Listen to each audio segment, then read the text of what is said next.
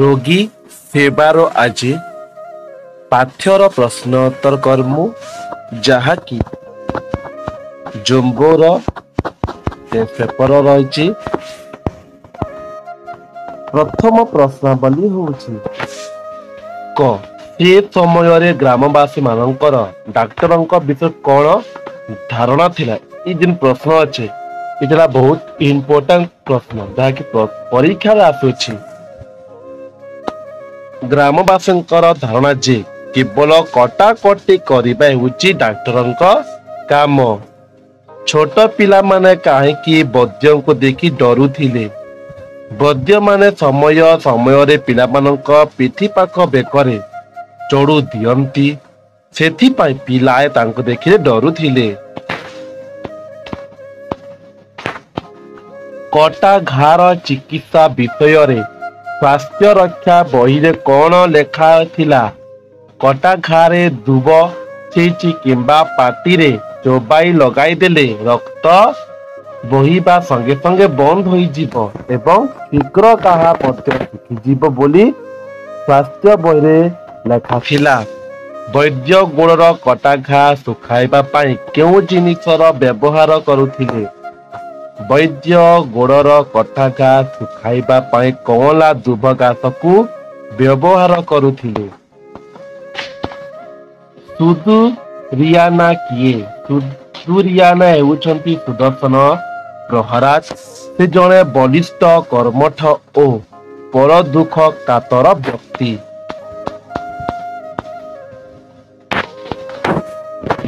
Number 2 ବା ତତୋଧିକ ତିନୋଟି ଧାଡିରେ ଆସ ଉତ୍ତର ଲେଖିବା। ଯାହା କରିବେ ସାईं ତାହା କାହାରି ହାତରେ ନାହିଁ। ଲେଖକଙ୍କ ବାପା ଏକଥା କାହିଁକି କହିଥିଲେ। ଯାହା ବିଧାତାଙ୍କର ବିଧାନ ଥାଏ ତାହା ହିଁ ହୁଏ, ଏଥିରେ ମଣିଷର କିଛି ଆୟତ୍ତ ନଥାଏ। ଲେଖକଙ୍କ ପାଖ ବାପାଙ୍କର ମୃତ୍ୟୁ ଘଟିବା ପ୍ରସଙ୍ଗରେ ଏହା କୁହାଯାଇଛି। ବୋଉଙ୍କର ସ୍ନେହପୂର୍ଣ୍ଣ ଆଦେଶ ଲେଖକଙ୍କ ଭାଙ୍ଗି ନ ପାରିବା କାରଣ କଣ? ଲେଖକଙ୍କ ବୋଉ ଅସୁସ୍ଥ ଥିଲେ। ଲେଖକ କଟକ ଯିବାକୁ ବୋଉଙ୍କୁ ଅନୁମତି ମାଗିବାରୁ ସେ ଆଉ 2 ଦିନ ରହିବାକୁ ଲେଖକଙ୍କୁ ଆଦେଶ ଦେଲେ। ଅସ୍ପଷ୍ଟ ସ୍ୱରରେ ଆରେ ବାବୁ ଶ୍ୟାମ ଘନ ଗୀତ ଗାଇଲେ। ତେଣୁ ଲେଖକ ବୋଉଙ୍କର ସ୍ନେହପୂର୍ଣ୍ଣ ଆଦେଶ ଭାଙ୍ଗି ପାରିଲେ ନାହିଁ। ସୁଦର୍ଶନ ପ୍ରହରାଜଙ୍କର ବ୍ୟକ୍ତିତ୍ୱ କିପରି ଥିଲା। ସୁଦର୍ଶନ ପ୍ରହରାଜଙ୍କ ବ୍ୟକ୍ତିତ୍ୱ ଥିଲା ମହାନ। ସେ ଜଣେ ବଳିଷ୍ଠ କର୍ମଠ ଓ ପର ଦୁଃଖ କାତର ବ୍ୟକ୍ତି। କାମରେ ଥରେ ଲାଗି ପଡ଼ିଲେ ଭୋକ ଶୋଷ ଭୁଲି ଯାଆନ୍ତି। ସତ୍ୟବାଦୀ ବିଦ୍ୟାଳୟର ଛାତ୍ରମାନେ କିପରି ରୋଗୀ ସେବା କରୁଥିଲେ। ସତ୍ୟବାଦୀ ବିଦ୍ୟାଳୟର ଛାତ୍ରମାନେ ପାଳି ଅନୁସାରେ ପ୍ରତିଦିନ ରୋଗୀ ସେବା କରୁଥିଲେ। ନିମ ଛେଲିବା, ଚିରେଇତା ସିଝା ପାଣି ପିଇବାକୁ ଦେବ, ରୋଗୀ ପାଖରେ ରାତିରେ ଜଗି ବସିବା, ଠିକ୍ ସମୟରେ ଔଷଧ ଖୁଆଇବା, ଦେହର ଉତ୍ତାପ ମାପି ଚାର୍ଟ ପୂରଣ କରିବା, ପଥି କରିବା ପାଇଁ ଇତ୍ୟାଦି ରୋଗୀ ସେବା କାମ ସେମାନେ କରୁଥିଲେ। 3 ନମ୍ବର ଆସ ମନେ ପକାଇ ଉତ୍ତର ଲେଖିବା। ଲେଖକ ଉଦୟନାଥ ଷଡ଼ଙ୍ଗୀ ତାଙ୍କ ବାପା ବୋଉଙ୍କ କିପରି ସେବା କରୁଥିଲେ। ଟିକେ ବଡ଼ ଅଛି ଯାହାକି ତାର ଟିକେ ଲମ୍ବା ହେବା। ପ୍ରବନ୍ଧିକା ଉଦୟନାଥ ଷଡ଼ଙ୍ଗୀ ଥିଲେ ସେବାର ଜଣେ ମୂର୍ତ୍ତିମନ୍ତ୍ର ବିଗ୍ରହ। ସେବାକୁ ପରମ ଧର୍ମ ରୂପେ ଗ୍ରହଣ କରିବା ଏହି ମହାନ ବ୍ୟକ୍ତି ସତ୍ୟବାଦୀ ସ୍କୁଲରୁ ସେବା କରିବା ଶିକ୍ଷା ଲାଭ କରିଥିଲେ। ସେହି ଶିକ୍ଷାକୁ ସେ ତାଙ୍କ ବାପା ବୋଉଙ୍କ ସେବାରେ ଲଗାଇଥିଲେ। ଲେଖକ ଚାଟଶାଳୀର ଛାତ୍ର ଥିଲାବେଳେ ଏକଦା ତାଙ୍କ ବାପାଙ୍କ ପାଦରେ କାଚ ଫୁଟି ଯେଉଁ ରକ୍ତସ୍ରାବ ହେଉଥିଲା ସେ ତାଙ୍କ ସେବା କରିଥିଲେ। ପ୍ରତିଦିନ ବୈଦ୍ୟଙ୍କ ଠାରୁ ଔଷଧ ଆଣି କ୍ଷତରେ ଲଗାଇବା, ଯତ୍ନରେ କପଡ଼ା ବାନ୍ଧି ଦେବା, ପାଦ ଆଉଁସି ଦେବା ଇତ୍ୟାଦି କରିଥିଲେ। ପରେ 1927 ମସିହାରେ ମାଟ୍ରିକୁଲେସନ ପରୀକ୍ଷା ପରେ ଘରେ ଆସି ସେତେବେଳେ ଥିବା 72 ବର୍ଷ ବୟସ ତାଙ୍କ ପିତାଙ୍କ ମୃତ୍ୟୁ ହେଲା। ମୃତ୍ୟୁ ପୂର୍ବରୁ ଗୃହଣୀୟ ଝାଡ଼ା ପୀଡ଼ିତ ପିତାଙ୍କର ଉପଯୁକ୍ତ ସେବା ଯତ୍ନ କରିବାରେ ସେ ଖେଲା କରିନଥିଲେ। ମଇଳା ସଫା କରିବା, ବିଛଣା ସଫା କରିବା, ରାତି ତମାମ ଜଗି ରହିବା ଓ ଦେହ ପାଦ ଆଉଁସି ଦେବା କାର୍ଯ୍ୟ କରିଥିଲେ। ପିତାଙ୍କ ମୃତ୍ୟୁର 5 ବର୍ଷ ପରେ ଲେଖକଙ୍କ ମା ଅସୁସ୍ଥ ହେଲେ। ସେତେବେଳେ ଲେଖକ କଟକର ଦତ୍ତ ପ୍ରେସରେ ଚାକିରି କରୁଥିଲେ। ଘଟଣାକ୍ରମେ ଘରକୁ ଯାଇ ମାଙ୍କ ଅବସ୍ଥା ଦେଖି ମ୍ରିୟମାଣ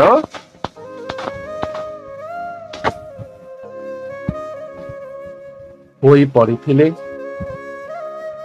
103 ଡିଗ୍ରୀ ଜ୍ୱରରେ ଛଟପଟ ହେଉଥିବା ମାଙ୍କ ମୁଣ୍ଡରେ ପାଣି ଫୋଟି ଦେବା, ପାଖରେ ବସି ଗୋଡ଼ ହାତ ଘଷି ଦେବା ଓ ଡାକ୍ତର ଡାକି ଚିକିତ୍ସା କରାଇବା, ଔଷଧ ଖୁଆଇବା ଇତ୍ୟାଦି କାର୍ଯ୍ୟ ଲେଖକ ଅକୁଣ୍ଠ ଭାବରେ କରିଥିଲେ। ସତ୍ୟବାଦୀ ବିଦ୍ୟାଳୟ ଛାତ୍ରମାନେ ରୋଗୀ ସେବା କାହିଁକି ଶିକ୍ଷା ଦିଆଯାଉଥିଲା? ପ୍ରବନ୍ଧିକ ଉଦୟନାଥ ଷଡ଼ଙ୍ଗୀ ରଚିତ ରୋଗୀ ସେବା ଏକ ଶିକ୍ଷାମୂଳକ ପ୍ରବନ୍ଧ। ଲେଖକ ସତ୍ୟବାଦୀ ସ୍କୁଲରେ ଛାତ୍ର ଥିବାବେଳେ କିଭଳି ରୋଗୀ ସେବା ଶିକ୍ଷା କରିଥିଲେ ତାହା ତାଙ୍କ ଆତ୍ମଜୀବନୀ ଗାନ୍ଧୀ ମହାରାଜଙ୍କ ଶିକ୍ଷା ଗ୍ରନ୍ଥରେ ଉଲ୍ଲେଖ କରିଛନ୍ତି। ଏହି ପ୍ରବନ୍ଧଟି ତହିଁର ଅଂଶବିଶେଷ ହୋଇଥିବାରୁ ସତ୍ୟବାଦୀ ବନବିଦ୍ୟାଳୟରେ ଛାତ୍ରମାନଙ୍କୁ କିପରି ରୋଗୀ ସେବା ଶିକ୍ଷା ଦିଆଯାଏ ତାହା ଏଥିରେ ପ୍ରତିଫଳିତ। ସତ୍ୟବାଦୀ ସ୍କୁଲରେ ରୋଗୀ ସେବା ଥିଲା ପାଠର ଗୋଟିଏ ଅଙ୍ଗ। ରୋଗୀମାନଙ୍କର କିପରି ସେବା କରିବାକୁ ହେବ ଛାତ୍ରମାନଙ୍କୁ ତାହା ଶିକ୍ଷା ଦିଆଯାଉଥିଲା। ଋଷି ପ୍ରତିମ ହରିହର ଦାସ ତଥା ଆଚାର୍ଯ୍ୟ ହରିହର ରୋଗୀ ସେବକ ରୂପେ ଯେଉଁ ନିଷ୍ଠା ପ୍ରଦର୍ଶନ କରୁଥିଲେ ତାହା ଛାତ୍ରମାନଙ୍କୁ ପ୍ରଭାବିତ କରିଥିଲା। ସତ୍ୟବାଦୀ ସ୍କୁଲରେ ଛାତ୍ରମାନେ ପାଳି ଅନୁସାରେ ପ୍ରତିଦିନ ରୋଗୀ ସେବା କରନ୍ତି। ଛାତ୍ରାବାସର କୌଣସି ପିଲା ଜ୍ୱର ବା ଅନ୍ୟ କିଛି ବେମାର ପଡ଼ିଲେ ତା ପାଖରେ ପ୍ରତିଦିନ ବସି ରହନ୍ତି।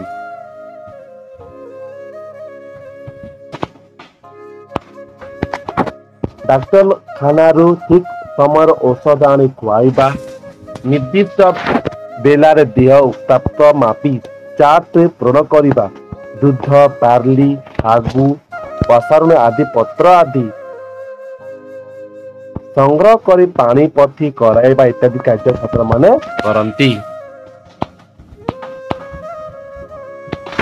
ଆଚାର୍ଯ୍ୟ ମହାଶୟ ଛାତ୍ରାବାସରେ ଶିକ୍ଷାର୍ଥୀମାନଙ୍କ ସେବା କରିବାର କାରଣ କଣ ଥିଲା? ପ୍ରବନ୍ଧ ସମ୍ମିଳନୀ ଲେଖିବ। ଏଇ ଆରମ୍ଭ ହଉଛି ସତ୍ୟବାଦୀ ସ୍କୁଲ ଥିଲା ଏକ ଆଦର୍ଶ ବିଦ୍ୟାଳୟ। ସେଠାରେ ଆଚାର୍ଯ୍ୟ ମହାଶୟ ଥିଲେ ଜଣେ ଆଦର୍ଶ ଶିକ୍ଷକ। ସେହି ସ୍କୁଲରେ ରୋଗୀ ସେବା ଥିଲା ପାଠ୍ୟ ଗୋଟିଏ ଅଙ୍ଗ। ଛୋଟ ଛୋଟ ପିଲାମାନଙ୍କର ସମସ୍ତ ଦାୟିତ୍ୱ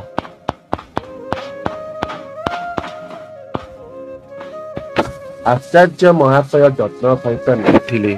ସେଠାରେ ଛୋଟ ଛୋଟ ପିଲାଙ୍କ ଦେହରେ ସୃଷ୍ଟି ହେଉଥିବା କାଛୁକୁ ସକାଳେ ନିମ୍ବପତ୍ର ସିଝା ଗରମ ପାଣିରେ ଆଚାର୍ଯ୍ୟ ମହାଶୟ ନିଜେ ଧୋଇ ସଫା କରୁଥିଲେ। ପିଲାମାନଙ୍କ ପ୍ରତି ତାଙ୍କର ଏଭଳି ସ୍ନେହଭାବ ଥିଲା ଯେ କଷ୍ଟ ହେଉଥିଲେ ମଧ୍ୟ ସେମାନେ ଲାଜରେ ମୁହଁରେ ବିକୃତ କରୁନଥିଲେ। ଆଚାର୍ଯ୍ୟ ମହାଶୟ ମଜା ମଜା କଥା ସବୁ କହି ସେମାନଙ୍କୁ ମନକୁ ସରସ କରିଦିଅନ୍ତି।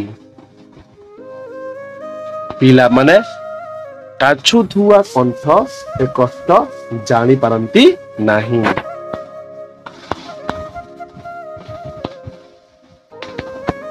ଆଚାର୍ଯ୍ୟ ମହାଶୟ ପ୍ରତ୍ୟକ୍ଷ ନିର୍ଦ୍ଦେଶରେ ପିଲାମାନେ ପ୍ରତିଦିନ ପାଳି କରି ରୋଗୀ ସେବା କରନ୍ତି।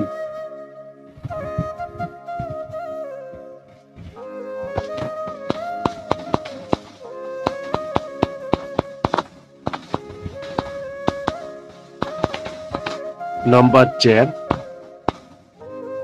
सरल भाषा बुझाई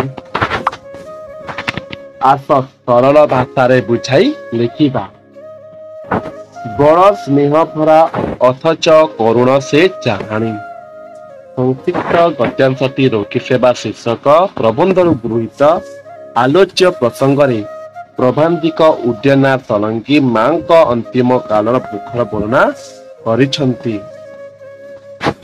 लेखक मां असुस्थ थिले। घटनाक्रमे लेखक घरे पहुंची मां अवस्था देखिले। डाक्टर डाकी तांका चिकित्सा कराइबा सहित निजे सेवा कले किंतु विधातांकर विचित्र गति थिला। मां लेखक को कटक जीवा देई नथिले आउ 2 दिन रही जीवाकू आदेश देले। मां कथा लेखक रहीगले। राति को अवस्था खराब होगला। पांता समय को दुआर बिछण से थरे करुण चाहाणी चाहिए। लेखक अनुभव कले तांका चाहाणी थिला स्नेह भरा ओ करुणा। जदि चित्रकर होइतांती तेबे तार गोटे अरूप छवि आंकी देई पारंती। संक्षिप्त गद्यांशटी प्राबंधिक उदयनाथ सलंगी रचित रोगी सेवा शीर्षक प्रबंधरू गृहीत। उक्त प्रसंग प्राबंधिक पितांकर अंतिम कालर मुखर रूप विषय वर्णना करिछंती।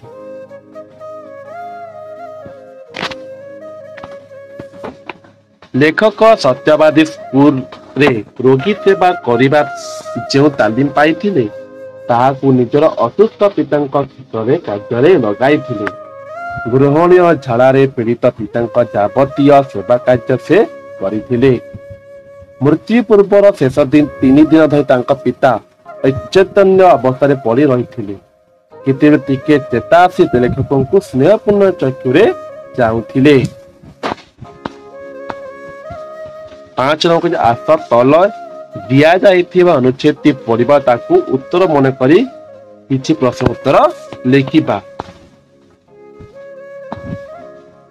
प्रश्न तैयारी करिया घरर बुली कौन करू गुरुतर रोगी मान कौन व्यवस्था करा जाए कुआ पोखरी रे किपरि विसर्जन करा जाए काहेकि सागु पानी तैयारी करा जाए गोपबंधु चौधरी कौन तागिदा थाए। 6 नंबर आस तले थिबा कोठरी अक्षर नहीं शब्द गढ़ा खंजा ताती छेली प्रकृति सेवा मास खंडक श्रीक माता दागी तांडव छेउंड प्रसव मंड छेली गदा मती माता। नंबर 7 बंधनी मध्यरु उपयुक्त शब्द बाची शून्य स्थापन करबा कहिके तार उत्तर हैला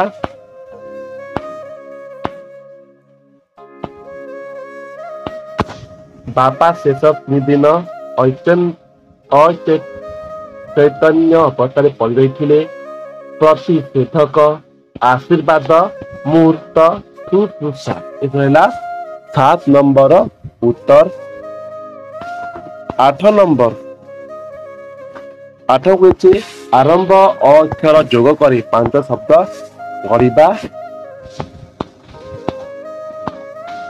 गढ़ा से वाक्य गुड़ी को नहीं वाक्य गठन करने अचैतन्य अकथनीय अपूरण अकातर अकारण इटा रहा किछि वाक्य गठन।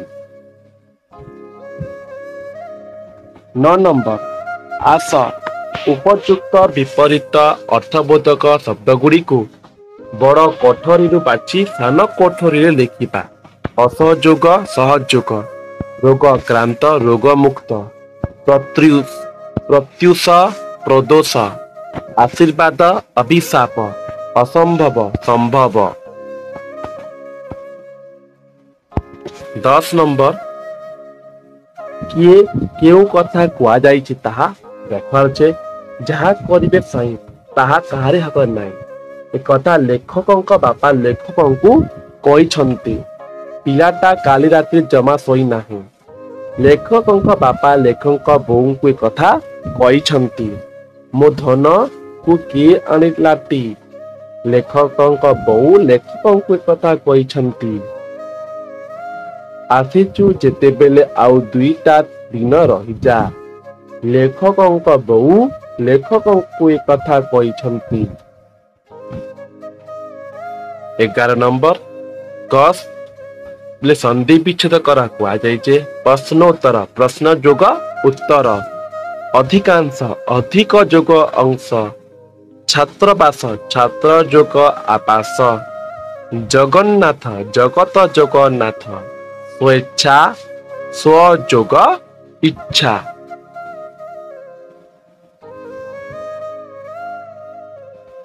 ଭୁଲ ଲେଖିଥିବା ଶବ୍ଦକୁ ତା ପାଖରେ ଠିକ କରି ଲେଖିବାକୁ ଇଚ୍ଛେ। ଶୀଘ୍ର ଶୀଘ୍ର ଆସନା ଆସନା ବିକୃତି ବିକୃତି ଆଶୀର୍ବାଦ ଆଶୀର୍ବାଦ ଚାଟଶାଳୀ ବିବୃତି ଦେବୀ ପ୍ରଭୃତି ପ୍ରଭୃତି ସ୍ନେହପୂର୍ଣ୍ଣ ସ୍ନେହପୂର୍ଣ୍ଣ। ଏଥିରେ ଉ ମାତ୍ରା ଭୁଲ ଥିଲା। संज्ञा ही इ मात्रा भूल अच्छे। जीत जीत दिने ज अलग प्रकार लेखा होइछि। व्यवस्था व्यवस्था व्यवस्था इटा सायता या ता अस्पष्ट अस्पष्ट सब भूल अच्छे। सुसुसा इटा श्रु भी अच्छे सु भी अच्छे किंतु एते श्रु होएनी उ मात्रा भूल अच्छे। ये रहा प्रश्नोत्तर रोगी सेवा पाठर